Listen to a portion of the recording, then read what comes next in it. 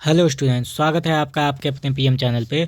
आज हम सॉल्व करने वाले हैं पॉलिटिकल साइंस 102 का previous year question paper, Indian national movement and constitution of India. Her subject के प्रीवियस ईयर क्वेश्चन पेपर से 10 या 15 क्वेश्चन ज़रूर आ रहा है। इसमें से भी जो 10 या 15 क्वेश्चन रिपीट होगा। चलिए देख लेते हैं। क्वेश्चन नंबर 1 है, स्वराज मेरा जन्मसिद्ध अधिकार है और मैं इसे लेकर रहूँगा, उपयुक्त कथन है। इसका राइट आंसर होगा ऑप्शन डी, बाल गंगाधर तिलक का। बाल गंगाधर तिलक से एक क्वेश्चन और पूछ सकता है कि गरम दल के प्रमुख नेता कौन थे। बाल गंगाधर तिलक थे। क्वेश्चन 2 है, असहयोग आंदोलन किसके द्वारा चलाया गया था। इसका राइट आंसर होगा ऑप्शन ए, महात्मा गांधी द्वारा चलाया गया था। क्वेश्चन नंबर 3 है, रॉलेट एक्ट पास हुआ था। इसका राइट आंसर होगा ऑप्शन बी, सन 1919 ईस्वी में।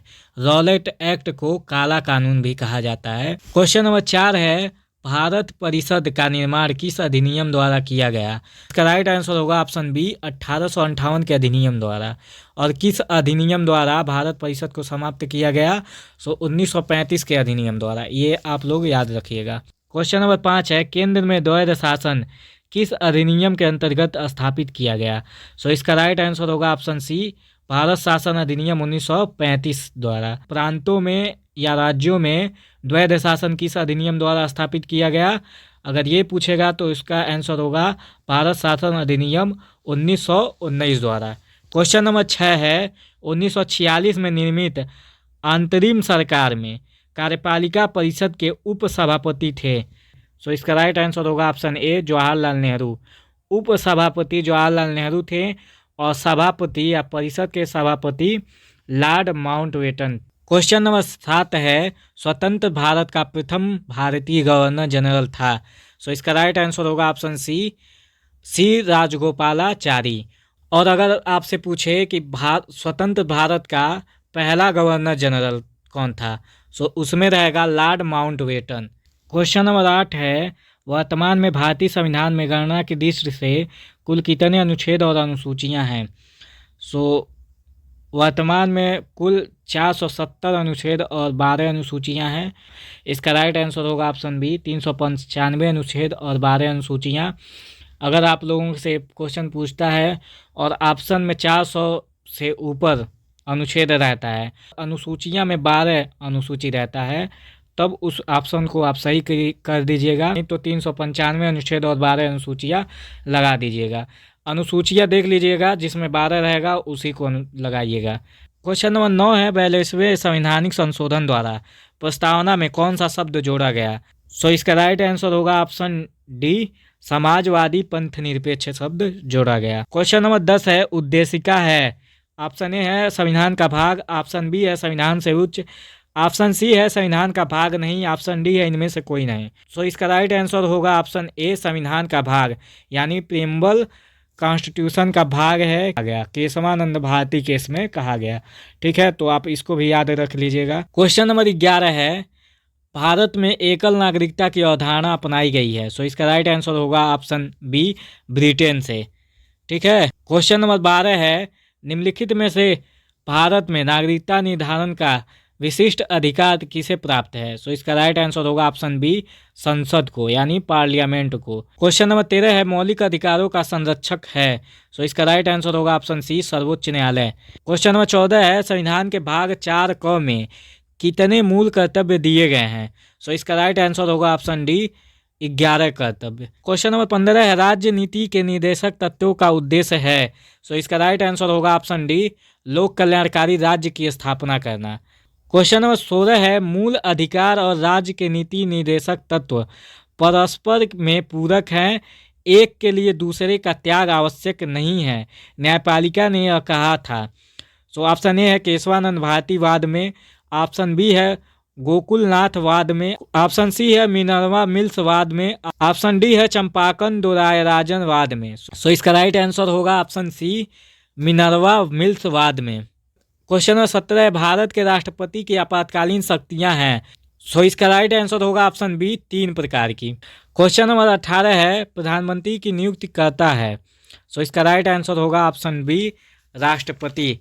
भारत के प्रधानमंत्री की नियुक्ति कौन करता है, तो भारत का राष्ट्रपति करता है। क्वेश्चन नंबर 19 है, लोकसभा के लिए चुनाव में निर्वाचित होने के लिए किसी व्यक्ति के लिए न्यूनतम आयु सीमा है? सो इसका राइट आंसर होगा ऑप्शन सी 25 वर्ष। क्वेश्चन नंबर 20 है, हमारे संविधान के अनुसार राज्यसभा का कार्यकाल, सो इसका राइट आंसर होगा ऑप्शन डी समाप्त होने का विषय नहीं है। राज्यसभा भंग या समाप्त नहीं की जा सकती है। क्वेश्चन नंबर 21 है, राज्य की कार्यपालिका का संवैधानिक प्रधान होता है? सो इसका राइट आंसर होगा ऑप्शन सी राज्यपाल। ठीक है, और अगर आपसे क्वेश्चन पूछे कि संघ की कार्यपालिका का संवैधानिक प्रधान कौन होता है, तो राष्ट्रपति होता है। क्वेश्चन नंबर 22 है, भारत की पहली मुख्यमंत्री कौन बनी? सो इसका राइट आंसर होगा option B Sucheta Kripalani. Question number 23 है, सर्वोच्च न्यायालय में सेवानिवृत्ति की आयु है? सो इसका राइट आंसर होगा ऑप्शन डी 65 वर्ष। क्वेश्चन नंबर 24 है, संविधान की व्याख्या करने का अंतिम अधिकार किसको है? सो इसका राइट आंसर होगा ऑप्शन डी सर्वोच्च न्यायालय को है। क्वेश्चन नंबर 25 है, एक उच्च न्यायालय का न्यायाधीश अपना त्यागपत्र संबोधित करता है? सो इसका राइट आंसर होगा ऑप्शन ए राष्ट्रपति को। क्वेश्चन नंबर 26 है, जिले का सबसे बड़ा न्यायिक अधिकारी होता है?